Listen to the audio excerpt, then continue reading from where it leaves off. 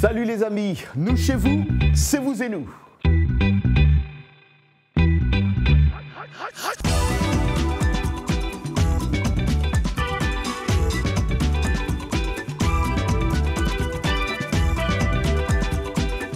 Bienvenue tout le monde, très content de vous savoir nombreux pour suivre cette édition de Vous et Nous.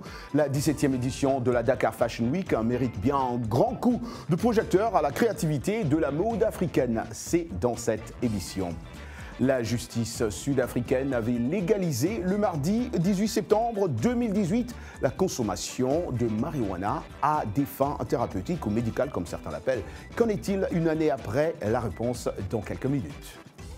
Nos segments hebdomadaires seront au rendez-vous. Hashtag Vous et Nous et l'Anglais Express. Nous retrouverons aussi Ekia et ses invités à Paris.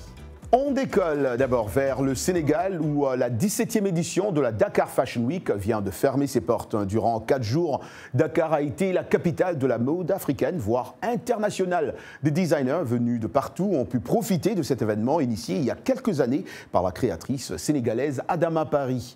My Africa, le thème de cette édition est une invitation à tous ces créateurs de montrer le regard qu'ils portent à leur Afrique. C'est un reportage signé Mamadou Diop. Une collection orange et noire, symbole du feu et de la royauté, ornée de peintures sur tissu pour rendre hommage à la femme africaine. Baptisée African Queen, cette collection a été créée par 2 Ivoiriennes, 2 amies d'enfance qui se sont lancées dans la mode il y a 2 ans avec un credo, marqué au fer l'identité africaine. On a eu souvent l'habitude de porter des habits occidentaux. Pourtant, nous aussi, on a des merveilleux talents, on a plein de richesses que les Occidentaux prennent aussi pour faire des produits. Donc on a toutes ces richesses-là, donc pourquoi pas les utiliser nous-mêmes en ajoutant aussi notre touche de modernité. L'originalité et la créativité de la mode africaine suscitent aujourd'hui un intérêt dans le monde entier. Au cours de cette dernière décennie, on a vu apparaître des références au continent dans des collections haute couture sur les podiums les plus prestigieux d'Europe et d'Amérique du Nord. Je pense totalement qu'il y a une réelle évolution au niveau de la mode africaine, que la mode africaine est vue différemment aujourd'hui dans le monde entier et qu'aujourd'hui l'Afrique représente vraiment le cœur de l'industrie de la mode et donc on est en plein boom. Mais au moment du lancement de la toute première Dakar Fashion Week, l'engouement était loin d'être le même. C'est la styliste sénégalaise Adama Paris qui a créé l'événement il y a 17 ans et en un peu moins de 2 décennies, elle a constaté de nombreuses évolutions. Internet a changé la donne pour nous tous. On est capable d'être de Kolda ou de Bujumbura et de vendre une robe à New York avec Instagram, avec les réseaux sociaux, avec les sites internet, le e-commerce qui est très difficile en Afrique, mais c'est capable. Alors qu'avant on était enclavé, on n'avait pas accès à des boutiques, ni de Galeries Lafayette, ni de choses comme ça. Maintenant, chaque créateur potentiellement à sa propre boutique avec juste en postant sur Instagram. De jeunes créateurs africains qui ont donc davantage accès au marché et davantage de visibilité. Voilà, on vient de voir une trentaine de créateurs venant de 14 pays d'Afrique, mais aussi des États-Unis et de France. Ils ont défilé durant 3 jours dans la capitale sénégalaise, attirant les médias, les amoureux de la mode et les acheteurs aussi. Pour en parler, on ne pouvait pas trouver mieux que mon ami Ziggy Faye de Travel with Ziggy, qui est un agent touristique, qui travaille sur la vente destination Sénégal et nous rejoint de Dakar sur Skype. Bonjour Ziggy. Bonjour Roger, comment ça va? Ça va très bien Ziggy, un grand plaisir de vous revoir. C'est partagé. Ziggy, alors vous êtes vous-même amoureux de la mode, comme moi aussi d'ailleurs, on en parlait toujours quand on était ici à Washington. La 17e Dakar Fashion Week a mis, on l'a vu, à l'honneur la mode africaine. Avez-vous une idée pourquoi cette année ils se sont spécialement concentrés sur l'Afrique? En fait, je crois que ça a toujours été pareil parce que je crois que la Dakar Fashion Week, c'est une belle occasion pour réunir en fait tout ce qu'il y a comme créateurs africains, mais à Dakar. Sauf qu'il y a eu plein d'années où il y a eu beaucoup de gens en fait qui venaient de la France, qui venaient des États-Unis, comme on a eu cette année aussi. Mais en fait, sachez juste que la plupart du temps, les designers sont africains.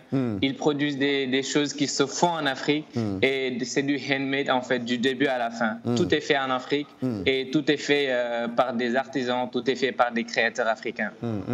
Et cette édition a été parrainée par Youssou N'Dour, un modèle de réussite à l'international. Le défilé d'ouverture, on a vu, a eu lieu au Pullman Teranga et les deux autres au Radisson Blu, que je connais très bien d'ailleurs. Alors, comme on vient aussi de l'entendre, Ziggy, dans ce reportage, cet événement lancé par la styliste sénégalaise Adama Paris continue à rencontrer de plus en plus de succès. Est-ce qu'on connaît c'est quoi le secret? Parce que tout le monde en parle, même ici à Washington, en France, en Afrique. C'est quoi le secret d'après vous? Ça ne m'étonne pas. Moi, connaissant Adama et en travaillant avec elle, je sais que c'est une femme battante qui en veut et qui se fixe des objectifs et qui se donne en même temps les moyens de les atteindre. Notre premier président sénégalais, Léopold Sédar Senghor, avait l'habitude de dire ouverture et enracinement, c'est-à-dire vous pouvez aller chercher quelque chose ailleurs, mais n'oubliez pas de revenir en fait sur votre terre. N'oubliez pas en fait d'utiliser vos racines, vos roots, parce qu'il n'y a que ça qui vous permet d'aller de l'avant. Et Adama, ça, elle l'a compris. Ouais. Elle a beau être à Paris, elle a beau être partout dans le monde, mais elle finit toujours par revenir. Elle a ses bases ici, ses matières premières, elle les prend ici.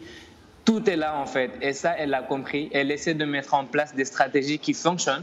Elle est futée, elle est très maligne, c'est une vraie businesswoman et elle sait comment gérer les choses en fait. Waouh, ça on a bien vu ça. Parmi Ziggy, parmi les créateurs présents des Sénégalais étaient à l'honneur. On l'a vu, la Saint-Louisienne Ramadio était là, qui a offert d'ailleurs au public aussi une collection mélangeant voile mauritanien et de pagne tissée. Sisters of Africa, Tipi Style, Versailles, d'origine sénégalaise, mais qui vit à New York, non loin de chez nous. À New York. Exactement. Et Sofatou aussi. Avez-vous personnellement une ou un créateur préféré? Moi, j'ai eu un coup de cœur. Malheureusement, vous ne l'avez pas cité sur votre liste, mais c'est un jeune homme qui s'appelle Lahad Gueye, qui a aussi présenté sa collection. Dans laquelle on peut voir beaucoup de peinture, beaucoup de travail fait main. Et c'est une collection qu'il a fait spécialement pour un hommage à sa mère qui est décédée malheureusement il y a 1 mois et quelques.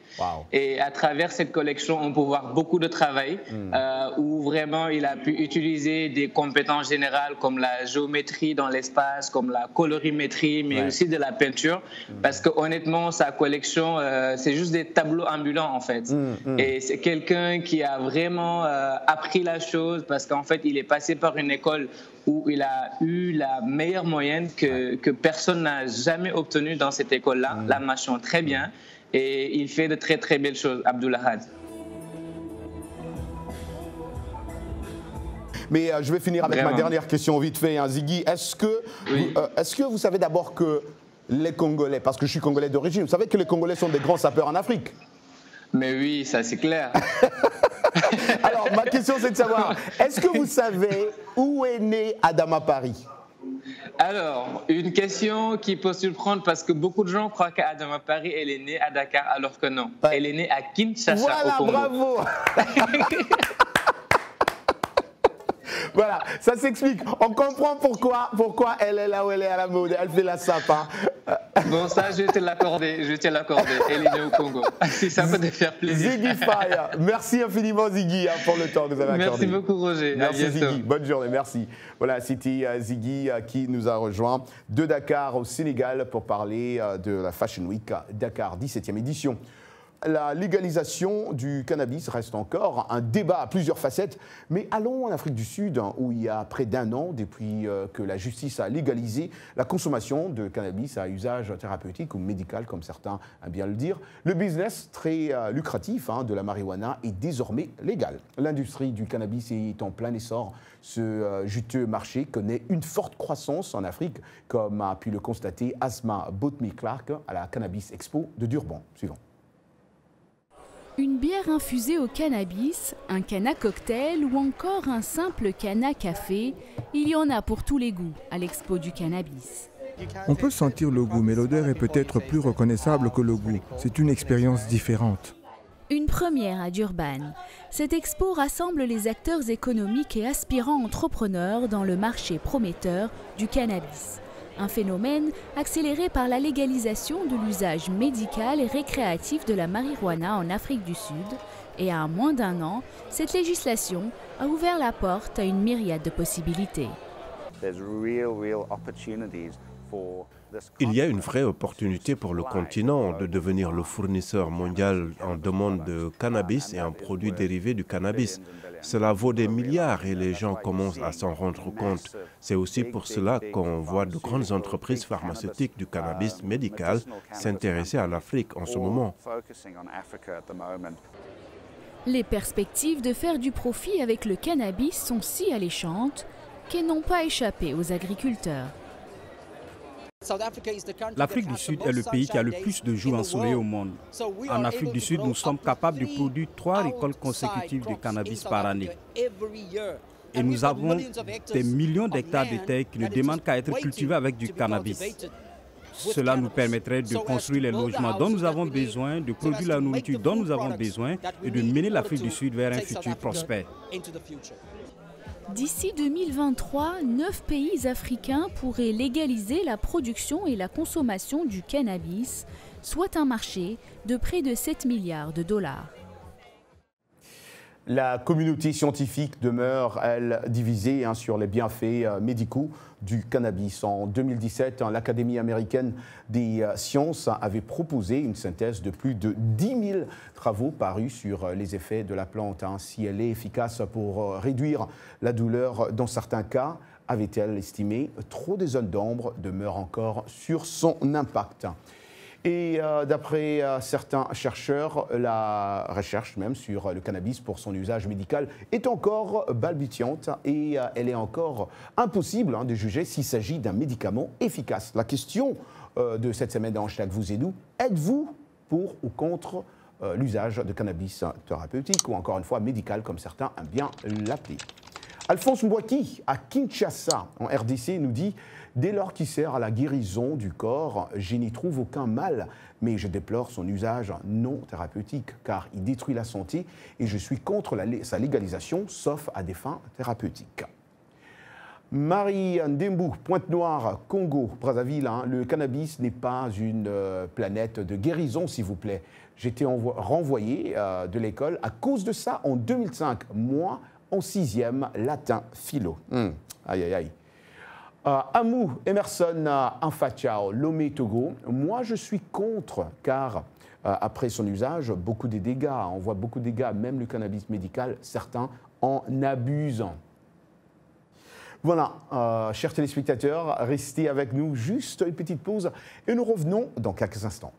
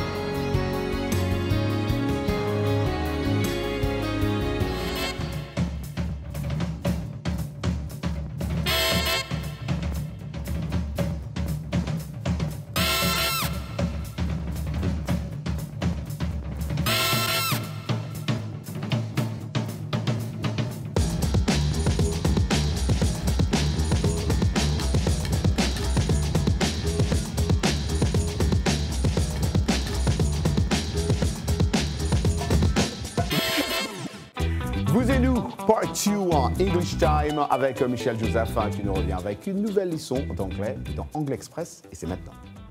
Bienvenue à l'Anglais Express. Comment distinguer ces deux expressions qui semblent avoir le même sens et s'employer de la même façon? For et since. Par exemple, la phrase « How long have you lived in Washington ?» Cela fait combien de temps que vous vivez à Washington? Vous pouvez répondre de ces deux façons-là.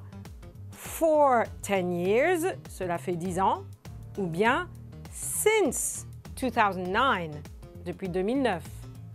Donc, quand on se sert de l'expression for, ça se réfère à une période de temps, mais ce n'est pas spécifique. L'expression since se réfère à un point particulier, à un moment spécifique dans le temps. Since. C'est là où since se distingue de for. Exemple avec since.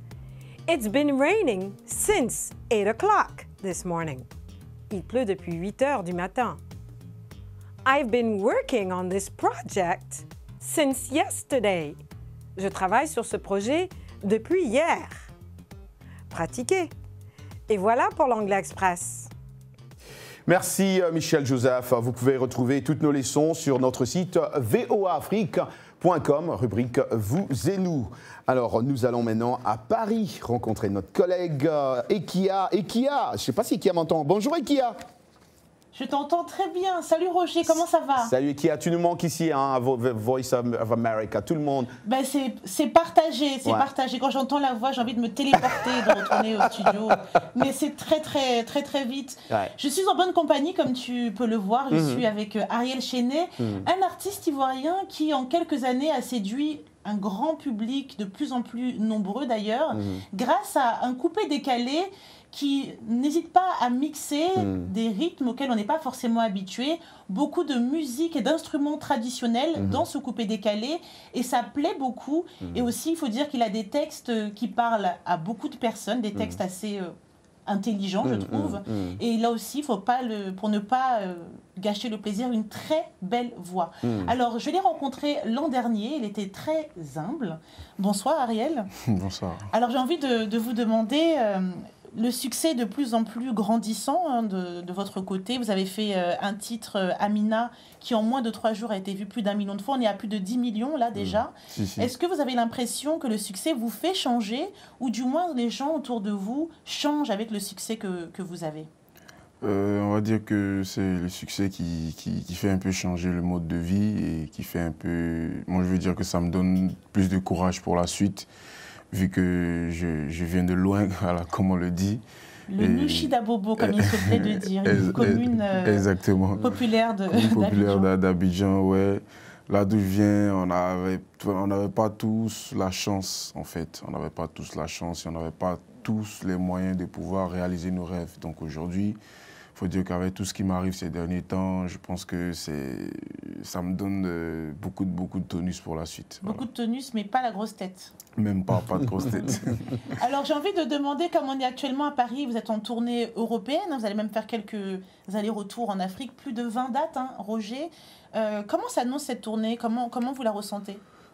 Je la ressens très bien. Déjà 2 dates, c'est très satisfaisant. Moi, je suis vraiment très content de l'accueil que mes fans m'ont réservé ici. Voilà, tout le monde vient au rendez-vous et puis voilà, c'est le show. Et en tout cas, toutes les personnes qui viennent me voir en spectacle, toutes les personnes sont servies. Voilà, donc on peut dire bravo aussi à Mano TGV qui organise tout ça. Et exactement, on va se quitter avec... un extrait de sa musique, et surtout, n'hésitez pas à vous renseigner sur ses réseaux sociaux, il passe peut-être près de chez vous. Et qui a vite fait, avant qu'on puisse suivre cette petite vidéo d'Ariel, moi je l'ai suivi aussi plusieurs fois sur les réseaux sociaux et sur YouTube. Vraiment, vous venez de le dire, et Kia, c'est vraiment un monsieur humble. À le voir sur sa musique vidéo, on ne croirait pas que c'est Ariel, mais vraiment nous sommes fiers de lui, qui continue à faire ce bon boulot qu'il fait pour l'Afrique. Merci beaucoup, ça fait plaisir. Merci Ariel. Roger, il arrive bientôt aux États-Unis, donc super. Il viendra aussi faire le boucan le show et dans le studio. On l'attend. On l'attend, suivons ce petit clip.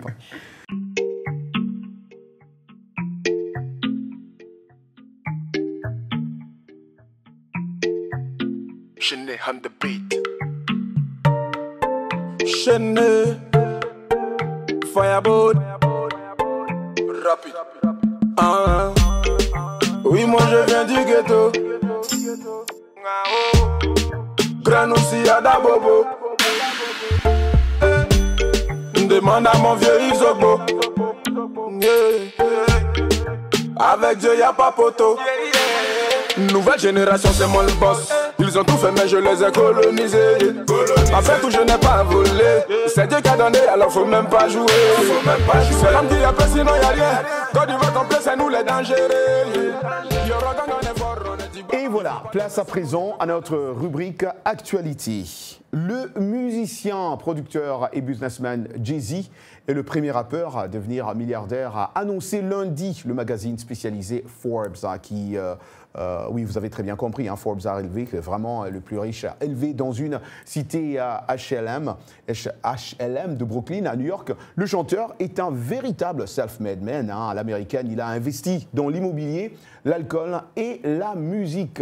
La star américaine du rap en activité depuis 1996 a accumulé une fortune totale d'1 milliard de dollars qui fait de lui un des rares milliardaires du monde du divertissement et le premier à venir du milieu du rap. Jay-Z qui a vendu de la drogue dans sa jeunesse a tout de la success story à l'américaine dorénavant respectée dans les milieux d'affaires new-yorkais. Il a même développé des liens d'amitié avec Barack Obama. Alors, une autre personne, une autre chanteuse, une autre artiste, Rihanna aussi devient la chanteuse la plus riche au monde. À seulement 31 ans, la chanteuse, créatrice de mode et première femme noire à diriger une maison de couture de luxe détient une fortune supérieure à celle de ses aînés Madonna, Céline Dion ou encore Beyoncé. Chanteuse, créatrice de maquillage et de lingerie et première femme noire à diriger une maison de couture de luxe, Rihanna vient de décrocher le titre de chanteuse la plus riche au monde avec une fortune estimée à 600 millions de dollars, a indiqué mardi le magazine Forbes. Et voilà, rentrons maintenant à Paris. Et Kia nous amène beaucoup d'invités aujourd'hui, ça nous fait tellement plaisir. On aime nous avoir beaucoup d'invités à Paris. Merci Kia. Alors qui on a maintenant Kia? Alors je suis en présence, comme tu peux le voir, d'Azata Soro, dont on a beaucoup parlé pendant le FESPACO tout récemment. Ouais. Alors comme tu dois le savoir, en 2017, elle était dans l'équipe technique d'une série qui s'appelait Le Trône, donc qui était réalisée par monsieur Taïrou Tassaré Ouedraogo. Et elle a refusé de répondre à ses avances et il a eu l'indélicatesse de prendre un tesson de bouteille et de lacérer son visage qui lui laisse aujourd'hui une balafre qu'elle essaie de cacher tant bien que mal avec du maquillage. Alors, ce qui est assez dramatique, c'est que ce monsieur a perdu son procès, mais il n'a pas payé les dommages et intérêts qu'il doit faire. Et aujourd'hui, on se pose aussi la question de l'impunité et du harcèlement dans le cinéma et dans tous les corps de métier, finalement. Alors, Azata, merci d'être venue. Merci beaucoup. Après avoir eu le MeToo et le Balance ton port, il y a eu donc pendant le FESPACO un autre mouvement qui est né, qui est Même pas peur, aussi initié par la comédienne Nadège Bossondjian. Alors aujourd'hui, j'ai envie de vous demander, depuis que vous avez osé parler devant le public, qu'est-ce que ça a changé pour vous? D'abord, moi, ça m'a libérée énormément. Parce que être face à ce genre de barbarie, c'est pas que juste moi. Il y a tellement de femmes. Et après mon témoignage, j'ai vu des comédiennes, je me disais que non, à elles, ça ne pouvait pas arriver.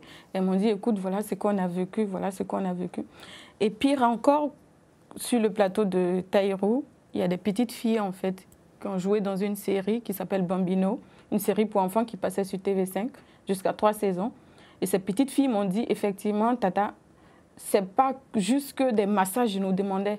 Elles ont subi des attouchements. Et jusqu'à présent, je me demande si c'est seulement ça. Peut-être qu'il y a eu plus que ça, mais elles ne m'ont pas dit, en fait. Et aujourd'hui, c'est permettre à ces personnes aussi de pouvoir parler, de pouvoir se libérer et de pouvoir dénoncer. Alors, au-delà de parler, la série a été déprogrammée d'une grande chaîne, TV5, qui a déprogrammé la série. J'ai envie de vous demander, la réparation n'a pas encore été faite. Qu'est-ce que vous aimeriez pour être vraiment réparé? Et la réparation, en fait, elle n'est pas que physique. Oui. Actuellement, je vois une psy qui m'accompagne. C'est vrai qu'il faut que je me débarrasse de la cicatrice, mais aussi que je fasse un travail psychologique voilà, pour pouvoir m'en sortir, en fait. Avant qu'on se quitte, est-ce que vous avez un conseil à donner peut-être aux femmes qui nous écoutent et qui ont peur peut-être de s'exprimer? Oui, c'est d'aller, c'est de dénoncer. C'est de dénoncer, en fait. Et je veux lancer un appel à toutes les filles à qui on dit, écoute, tu as besoin de coucher pour avoir un rôle, c'est faux. Tu n'as pas besoin de coucher. Tu veux un rôle, tu bosses pour l'avoir. C'est par ton travail qu'on va te donner ce rôle. C'est pas parce que tu vas coucher. Ça peut arriver que ces personnes-là arrivent à des fins comme ça, mais si tu veux, il faut te donner les moyens, c'est tout. Et savoir dire non, non c'est non. Non c'est non. Et qui a, le message est passé. Et qui a le message est passé, mais moi je veux d'abord te dire à toi et qui a merci d'avoir trouvé Azata Soro. Hein. Merci infiniment parce que j'ai couvert extensivement aussi son histoire sur Culture Hebdo et aussi dans RM Show. Ben, merci de l'avoir trouvé, c'est très important ce message que Azata Soro vient de faire passer. Et merci à vous aussi, hein, Azata Soro. Merci pour le temps que vous nous avez accordé. Merci, merci Roger. Et beaucoup de courage. Merci beaucoup. Voilà. Et pour finir en beauté, je vous propose ce morceau qui fait bouger tout le monde hein, sur les réseaux sociaux. La chanson Inama, signée Diamond Platnumz, en featuring avec l'artiste congolais Fally Ipupa.